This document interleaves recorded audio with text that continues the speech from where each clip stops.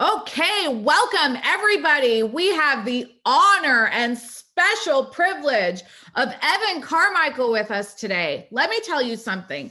When Gary Vee calls you the DJ who inspires people, when you are called the modern day Napoleon Hill, it's because you are valued. And when you call yourself, Evan, a sacred introvert who wants to reach the world, it means that you are someone who is very well aware that you got to get uncomfortable to reach a level of success that very few attain. And so we are honored to have you here today. You're the author of 4 books, which we're going to dive into today. Built to Serve was amazing, and I want to get into this. But Forbes listed you also as the world's top 40 social marketing talents of the world. So we are so honored. We are so privileged to be with you today as we dive in and grow ourselves so we can transform from being ordinary to extraordinary. So Evan, I want to break this down because you and I have something in common. I went to the University of Toronto, and I remember sitting in Convocation Hall with 3,000 other students and thinking, how do I stand out? How do I get above the masses? And in your book, Built to Serve, you talk about your core values and your who. Step 1, which is #believe for you, which I love. Can you break down what believe means to you and how it attaches to your core values and how it's allowed for you to grow into the mega superstar that you are today? Wow. Well, lots to unpack there. First, hey, Sabrina, thanks for having me. It's an honor. It's great. A fellow Torontonian. I remember Con Hall. I had to take my accounting class there, and you don't have a desk to write on either, by the way. So you're writing on your lap. Yep. But there was this one row at the front that had this little ledge. So I always try to get there early. It's hard doing accounting from your lap. Anyway, I think it's one of the reasons why so many people fail out of that class. Absolutely. So I think everybody has a single most important core value. I think when you figure out what that is, it gives you a lot more clarity and direction. If you're talking about how do we stand alone, that's what we stand on top of. Like that's the rock that we're standing on is your most important core value. If you feel like you're being pulled in a million different directions, somebody wants you to do this person wants you to do that. Everybody's got an opinion on what you should do with your life. And it's really hard to actually stand alone and say, no, I don't want that. That's your version of my life. I want to live my life. We know we don't want what they want, but we don't know what we want. That's the problem. So we're being pulled everywhere. So the rock you stand on is your most important core value. For me, it's belief. So anytime I'm not happy, it's because there's a lack of belief, either in myself or the work that I'm doing. And so it comes down to believing in what I'm doing, that it's going to work out, that I'm excited for it, and that I have the capabilities to go off and execute it. And that flows through everything that I'm doing. You know, when I show up on an interview like this, my goal is to spread belief. I want your audience to believe a little bit more in themselves by the end of this show. And maybe we accomplish that, maybe we don't, but it's always the intent going in. And so when you have that single most important core value figured out, it just gives you a lot more confidence and direction for your life. I love this because a lot of people reach out to me when we send the videos out, and they're really just concerned about how do I find my passion? You know, how do I dedicate myself to something that I can believe in? And your book does this so beautifully, where it goes into breaking down your why and your purpose.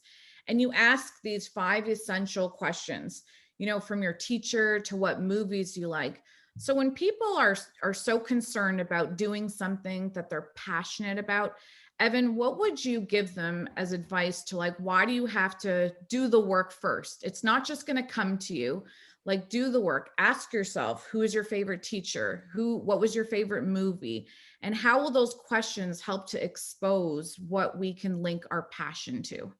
Yeah. So how in my language, I guess how it's split it up is asking those 5 questions, and I start with those is more in the book as well. But that helps you figure out what your most important core value is. Because if you think about who was your favorite teacher growing up, you've had hundreds of teachers. Most of them you don't even remember who they are. You might even not recognize them if you walk down the street and they were there. But there's 1 or 2 teachers that stood out. Why? It wasn't because he or she taught you grade 8 science is because they help you feel something as a human. You help feel better about yourself somehow. So when you can think about those people and you can draw the connective tissue, you draw the lines. What was similar between what you loved about your parents and what music you love and your favorite movie of all time? Maybe wasn't the most cinematic, but there was something that made you feel better about yourself. When you can identify what those things are, what is your favorite movie have to do with your favorite teacher of all time? That gives you your most important core value that I call your who. So if you had to pick, Sabrina, what's your single most important core value? To me, as I was reading this, I was really thinking about this because I love that you said, like, what songs do you like? Because it starts to make you dig into this. And I'm about strength and courage. And so as I dug into this, I love songs that make me feel strong and courageous. I'm in the business world, and so it's a muscle that I'm always fueling. And then that ties into, faith and character. I have to have the courage to always do the right thing. So when you break it down with those other 3 things that tie into, I believe you called it your credo. Yeah. That I love that because it really, your book made me do work on myself. So it's a really good book. And so I commend you for that. But when you say, you're an introvert, I love that you say this and you have the courage to say this, because growing up in Canada, I always felt that, we're more quiet. We are perfectionists. We're always looking for like the right time to go and spread our wings. But in your book, you talk about progress, right? So if people feel lost today and they're like, I don't know exactly what I should do, why should they just start moving towards their passion instead of waiting for perfection? Because I think your book beautifully goes over that also. Well, and I think this is where having the clarity over your who really matters. So, if you came down to courage, Sabrina's about courage. Okay. And so what does courage mean? Well, courage means strength, courage means faith, and courage means character. You Yes. need courage in all 3 areas. So now we've got our who, and then we've got our credo underneath. Great. Whenever you're not happy, Sabrina, is because you're not being courageous enough yourself or spreading enough courage to the world. Like, why is this show called Stand Alone? Because we're trying to spread more courage. We want people to have the courage to stand up for themselves, to stand alone, to be willing to be the army of one and will things into an existence when everybody tells you that you can't do it. So if you're struggling at the beginning with getting something off the ground, you just ask yourself, what would the most courageous form of Sabrina do right now? And then you get your answer. And this is something that everybody can do. Courage is Sabrina's word, mine is believe. And even if somebody watching courage is their word, the credo underneath will be different. Maybe they like strength and maybe they like character, but maybe faith isn't their thing. It's courage in something else, in their relationships. I have to have courage to speak up for what I want from the people around me. So when you have that clarity, whenever you feel stuck, whenever you feel lost, whenever you feel scared, it's because you're not living in alignment with your who. If you feel stuck, there's a lack of courage somewhere happening in your life or business right now. And just knowing that is helpful. Say, okay, what would courageous? This reminds me of Beyonce. What's her alter ego? Sasha Fierce. Sasha Fierce, you got it. Right? Like that's it. That's Beyonce having to summon the most courageous version of her to then go off and do these crazy things that people would say is not possible for someone like you to do. I think this is great. Yeah. So whenever I'm stuck, it's because there's a lack of belief. Like, I don't believe that I can do this next thing. And so I need to summon I haven't named it. I need to summon my Sasha Fierce believe to then say, okay, no, I'm going to go off and do that thing. And so we're not actually stuck. We're just mentally stuck. And if we remind ourselves of who we are and how we want to stand alone, then that gives us the road path to go off and do it.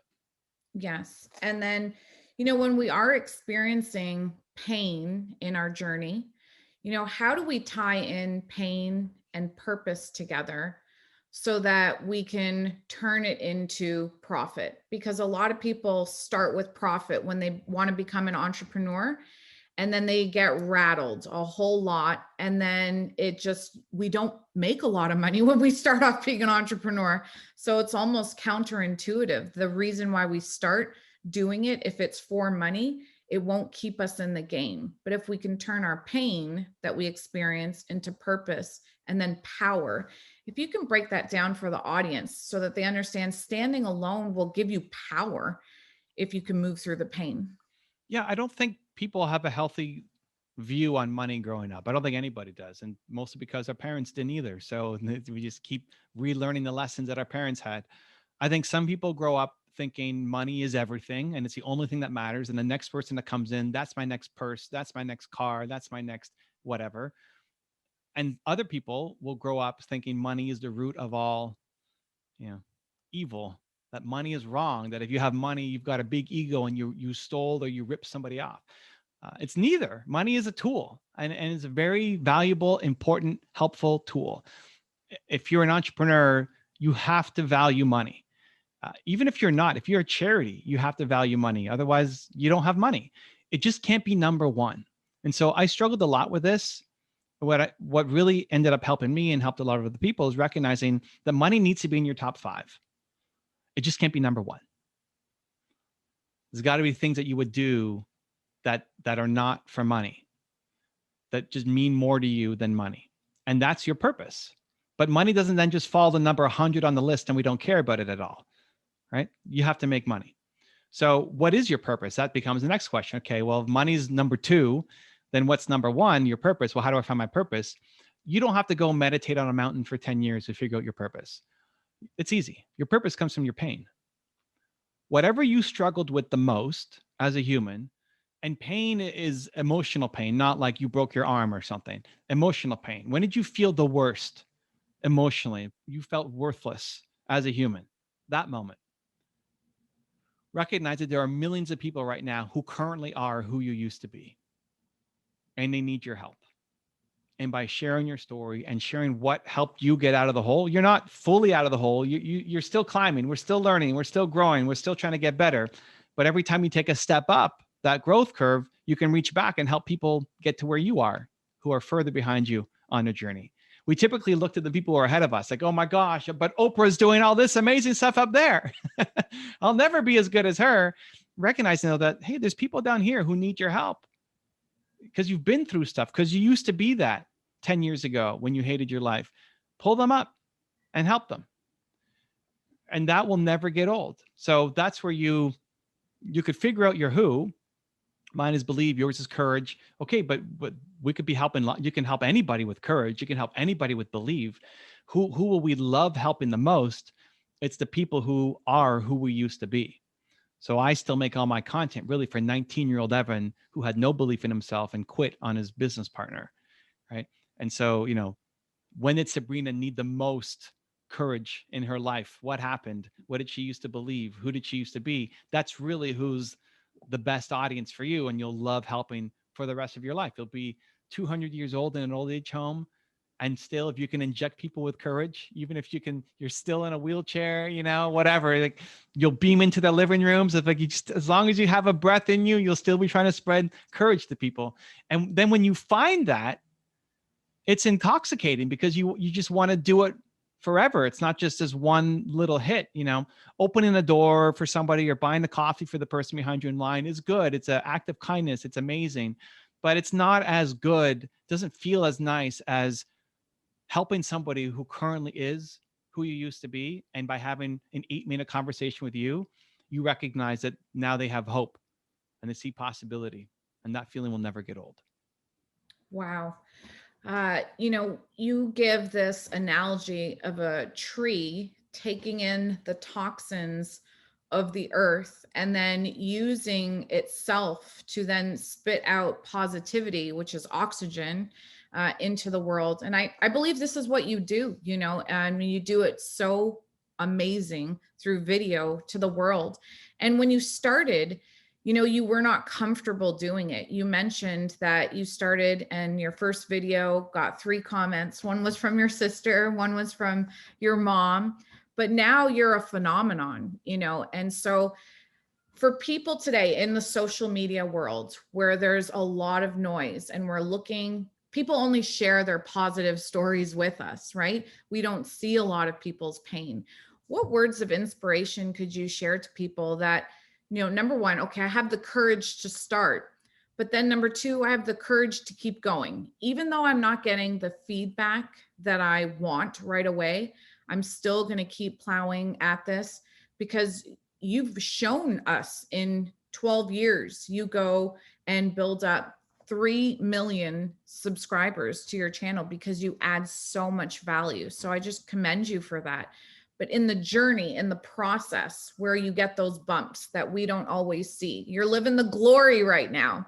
But how do we get through that middle ground where we're in that process phase to keep going? Yeah. So a couple things there. There's like lots to unpack. One, I still feel like I'm in the process. I think that's how you actually love, I've studied so many successful people, and the number one rule is love the process, love the work. So I still am showing up and making videos because I love showing up and making videos. I also love showing the behind the scenes and what I'm struggling with and what I'm working on and where I doubt myself. So it's not just trying to be perfect all the time. I think that's helpful and important. If you look at my YouTube growth, and I have it on my homepage, and I post it Instagram once a month. It took 5 years to get to, I think, 9,000 subscribers on my YouTube channel, something like that. 5 years. I mean, that's a lot of work. First year I had 20 subscribers or something. I think a lot of your audience is probably already ahead of me. And then the next 5 years went to 2 million, and now we're at 3 million. So why how do you stay consistent? How do I have 10,000 videos plus across the channels? It's a crazy number for an introvert who's shy and who hates being in front of the camera and never wants to be famous. How? Well, one is I still want to serve. And I really wrestled with this. Just because you're an introvert, it doesn't mean that you don't want to serve. It doesn't mean that you don't want to help. It doesn't mean that you don't want to feel like your work matters. We all want to wake up and feel like what we're going to do today matters, is meaningful to somebody. And so I had to really overcome those insecurities and recognize, because I looked at, you see Kevin O'Leary on TV and you see all of these type A extroverts, like, oh my gosh, I'm nowhere close to that. What am I going to do? Like, well, I still want to serve, so I have to find my way. And then the second thing that really helped was I always focus on who I had versus who I didn't. Mm-hmm. Because the who I didn't game never ends. Like, I'm at 3 million. Well, why? How do I get to 5? And how do I get to 10? And why am I not at 100? So if 8 people watch my video or 20 people watch my video, think about that. Like, if you had 20 people watch your video, most people would think, wow, that's a failure. 20 people, that sucks. I suck. But if you're to go give a speech at a library or YMCA or something, and 20 people were there in front of you, you'd be nervous. Like, oh my gosh, people are here. I gotta, let's go. Right? Bring it. Yeah, let's go. Bring it. Come on. I got lives to change. We got to teach them how to stand alone. Come on, fam. But because it's just a number behind the screen, we assume that it's not working, it's not impacting people, and we're not good enough because 200 people didn't see it, or 2,000 people, or whatever now new metric or new benchmark we set for ourselves. So I would always just focus, and still do, on the people who are watching. That 20 people watch this video, and maybe for 2 of them, it was a life-changing video for them.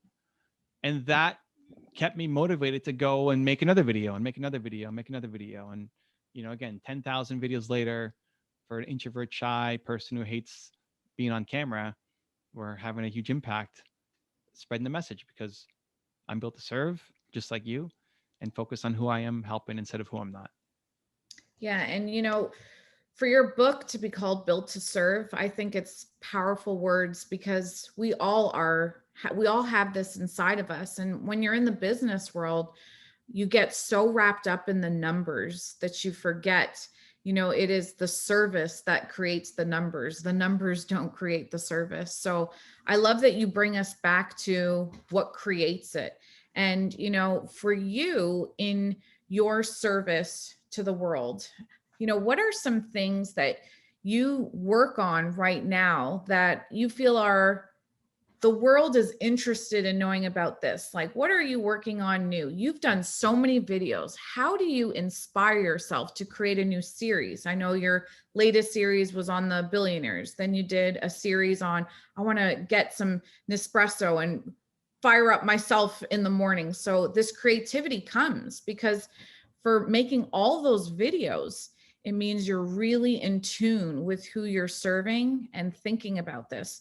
What in the creative process do you feel the world needs more of right now? So I love teaching. And I think if you think about your greatest teachers, like how does a grade 9 math teacher stay motivated? You're teaching the exact same thing every year, every year, every year, every year. Grade 9 math, grade 9 math, grade 9 math. And the people who just care about what they're teaching burn out. It's like, okay, I'm done with grade 9. Holy, I can't do another semester of grade 9 math. I need to go do gym class or history or something because I'm burning out. The people who stick with it is because it's not about the material, it's about the students. It's new students every time. It's fresh for them every time. So people say, well, how do you make 10,000 videos and never repeat yourself? I repeat myself all the time. What? Like, it's impossible. How am I going to make 10,000 videos about belief and never repeat myself? But the two things that I keep in mind are, one, it's often a different audience. So just because you made a video last week about XYZ topic, it doesn't mean that everybody saw it. Right.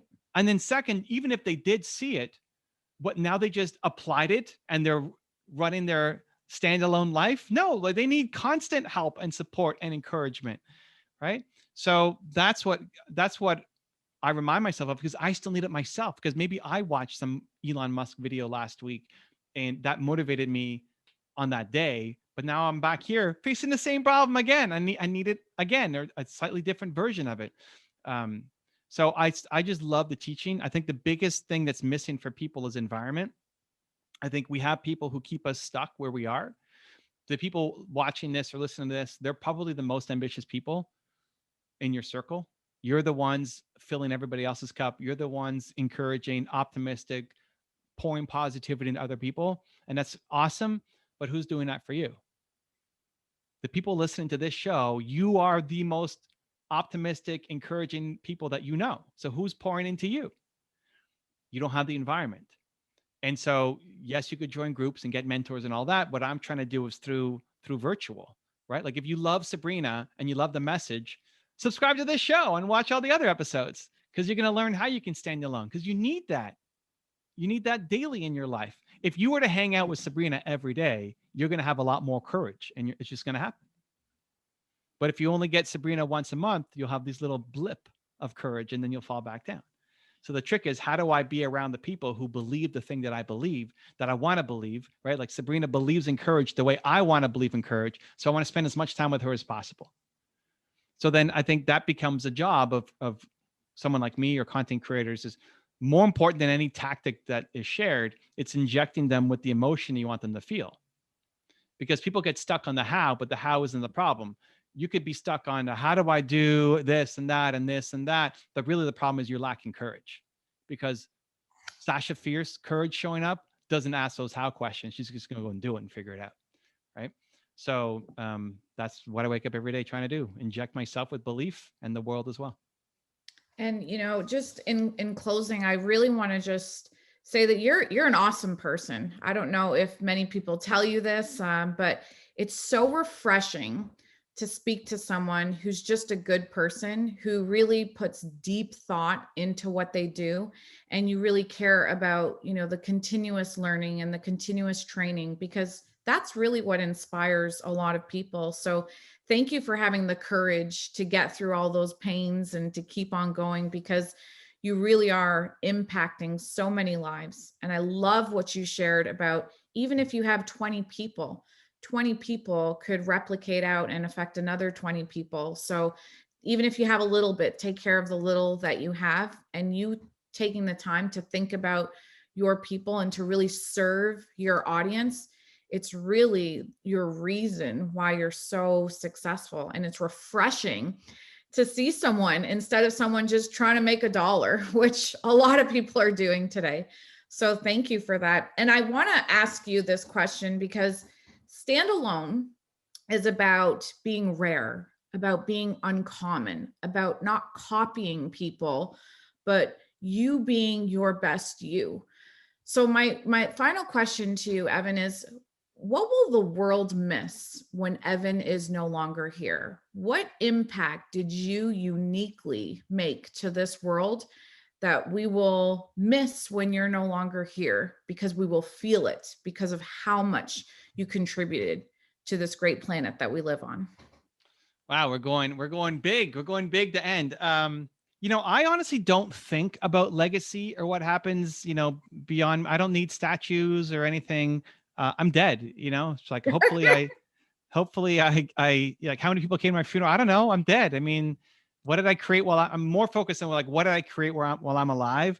And hopefully the message that I'm sharing resonates through generations, right? And that all I'm doing is repeating and repackaging messages from other generations as well, and other great minds that they shared. They had the courage to send up and share, and now I'm helping amplify it, and hopefully that ripple effect goes off and hits other people as well. I think you never know who's impacted by your content, and this is why it's so important to keep going. And I know we're at time, but one quick story. There's a woman who I was on her podcast recently, and she said, before we start, I have to tell you a story. And I was in the hospital 4 or 5 years ago, and I had really bad cancer. And your videos got me through my cancer treatments. And there was one day that was really hard on me. Like I told my mom, that's it, I'm done. Like I can't keep fighting this. I don't want to have courage anymore. I'm done. Just sub me out, right? Like just end it. And her mom came in and said, you're not, no, you have to keep going. Who's that guy you follow on YouTube? What's his name? I'm getting the iPad and you're watching one of his videos right now. And it was one of, she said my name, and she, her mom pulled up the video, and she's telling a story, and, tears are going through her eyes, and I'm getting goosebumps and kind of reliving it. And now I'm a tiny bit of her recovery, but it came to her at the right point in time. The point of that story is I never knew who she was. Like, if I didn't go on her show 4 or 5 years later, I would have never heard that story. And so we just assumed that those 20 people who watch your video, it was just a waste of time. But maybe for somebody, that's a life-changing video. So why not assume that our message actually means something, actually matters, and is actually having an impact on those people? And so I've seen enough stories over the years now of being in the game for 12 years, making content on YouTube, that I see those stories happen constantly, where I'm meeting somebody for the first time, but they've been interacting with my stuff for years and it's had a huge impact. And so let's just assume that a certain percentage is actually really being impacted by the message you're putting out there, and you owe it to them to keep going. I love this. I wish all the blessings in the world to you, because you are making an impact and there's no doubt about it. So thank you for sharing with us today.